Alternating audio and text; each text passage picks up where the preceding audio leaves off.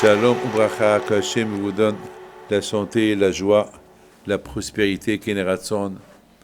Alors, le titre du cours d'aujourd'hui, merci Hashem pour Purim. Ah, écoutez très bien. Jamais j'oublierai le Purim qu'on faisait à Essaouira. Pour moi, c'était quelque chose que je ramassais beaucoup d'argent. Parce que j'allais chez tout le monde, parce que tout le monde jouait les cartes, et tout le monde était en bonne humeur. Et moi, je demandais à tout le monde, et je ramassais de l'argent. J'ouvrais, je vous parle les années 1955, 1956, 57, 58, parce qu'à 59, mes parents m'ont envoyé à la Yeshiva d'El Jadida. Je suis resté là-bas un an.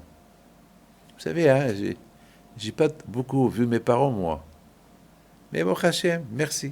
Je suis bien, grâce à Dieu. Je les adore. Même que je ne les ai pas vus beaucoup de temps, parce que j'étais toujours en exil. Mais, bon, Hachem, je leur dis merci, parce que, grâce à Dieu, c'est de l'Yeshivot que j'ai acquis ce que j'ai acquis. Merci bien. Ben, écoutez bien, si mon père ne m'aurait pas envoyé à la Yeshiva, ben aujourd'hui, je n'aurais pas été devant vous. Voilà, je vous le dis. Et si aujourd'hui je suis devant vous, c'est grâce à ce sacrifice que mon père il a fait. Mais maintenant, vous ne connaissez pas ce que je faisais lorsque j'étais jeune.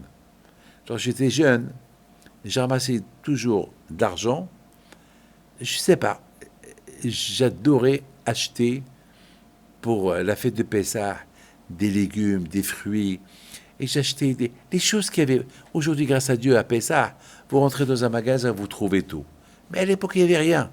Il n'y avait que des légumes. Il n'y avait pas des boîtes de conserve. Il n'y avait pas grand-chose à l'époque à acheter. Peut-être qu'il y avait des boîtes de conserve de sardines. Je ne sais pas, il n'y avait pas grand-chose. Il n'y avait que du frais. C'est tout ce qu'il y avait. Et vous savez, c'est... Aujourd'hui, grâce à Dieu, on est gâtés. Aujourd'hui, on a tout. Mais à l'époque, il n'y avait rien du tout. Il n'y avait pas... Mais moi, j'achetais, je ne sais pas, les galettes. Et j'adorais faire cette mitzvah-là. J'adorais. Et encore, je me rappelle, je commençais je nettoyais la chambre et je stockais les choses. Depuis après, pour avec l'argent que je... Mais bien sûr, je me gâtais aussi. Hein. Je gâtais mes copains avec cet argent. On achetait on achetait des petits kiffs. Et c'est comme ça. On était enfantins. On était aussi jeunes. Et jamais j'oublierai, il y avait un monsieur. Il nous a roulé, ce monsieur-là. Il avait comme Zama qui nous disait, je vais vous montrer des choses réelles. Nous, on était bêtes. On n'a jamais vu le cinéma dans notre vie. On n'a jamais vu, c'est quoi un film. Alors que lui, il avait comme un appareil, il nous montrait des photos. Et les photos qui passent. Il nous excitait. Il nous racontait des histoires. Et voilà, il va venir. Voilà, il va le frapper. Après, il faisait des photos. Et les photos, c'est contre un mur blanc, et les photos qui passent, il y a un lion. Et la première fois qu'on a vu cette photo, on a eu peur, on a cru qu'il nous a dit, faites attention, il va sauter sur vous. Et on a reculé, on a commencé à crier. C'était que du cinéma. Mais voilà l'histoire que je vais vous raconter. La belle histoire. Il y avait quelqu'un, je ne peux pas dire son nom, on était enfants.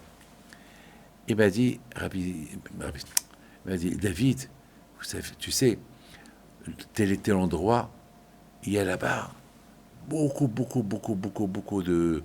Il y a là-bas un dépôt de tout. On va l'acheter. Et moi, on va l'acheter, mais comment on va acheter ça? Oui, on va l'acheter. J'ai dit, comment on va l'acheter? Avec quel argent on va l'acheter? Comment on va l'acheter? Comment acheter? J'ai rien compris pourquoi on l'a acheté. Bah, j'ai un chewing-gum, un bonbon. Il me parle d'un dépôt. J'étais petit pour comprendre. Je suis parti à la maison. Et toute la nuit, j'ai pas dormi. Jusqu'à que j'ai commencé à avoir un cauchemar.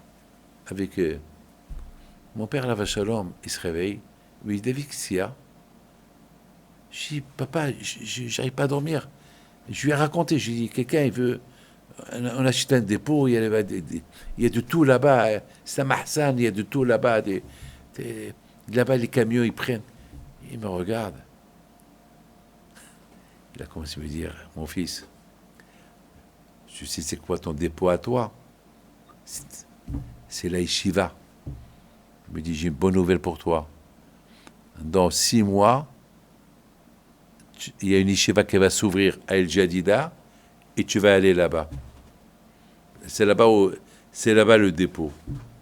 Maintenant, puisque tu me parles d'un dépôt, maintenant j'ai compris qu'il faut que je t'envoie à la yeshiva. Eh bien, mes amis, écoutez très bien. Ce garçon-là, je ne peux pas dire son nom. Aujourd'hui, chaque jour, je lui dis merci. Parce que s'il ne m'aurait pas fait rentrer dans ma tête cette bêtise de dépôt, jamais je l'aurais dit à mon père. Peut-être mon père ne m'aurait pas envoyé à la yeshiva. Et maintenant, mes amis, une fois arrivé à la yeshiva, et ça, c'était mon premier Purim. Le miracle de Purim, il m'est arrivé là-bas. Vous savez, le jour de Purim, moi et des copains, on a décidé de la yeshiva, j'avais peut-être là 10 ans peut-être, ou un peu moins de 10 ans, aller à la plage. Vous savez, la plage d'El Jadida est très dangereuse. Il y a des endroits que c'est très dangereux. Et moi, je ne sais pas nager. C'est des enfants, on avait 10 ans. Et jamais j'oublierai, la mer, elle était, vous savez, des vagues. Je ne comprends pas, je suis rentré dedans. Je suis parti jusqu'à que l'eau a dépassé ma tête. Je ne sais même pas nager. Et les vagues qui m'emportent et qui me ramènent. Et à un moment donné, je me voyais presque partir. Là, j'ai appelé Rabbi Haim Pinto. C'était Purim. Et Baruch Hashem, j'ai eu la vie sauve. Grâce à Purim. Et grâce à l'Yeshiva. Et grâce au dépôt. Et que le bon Dieu protège dans la Baruch Habatz Lahamé Keratzon.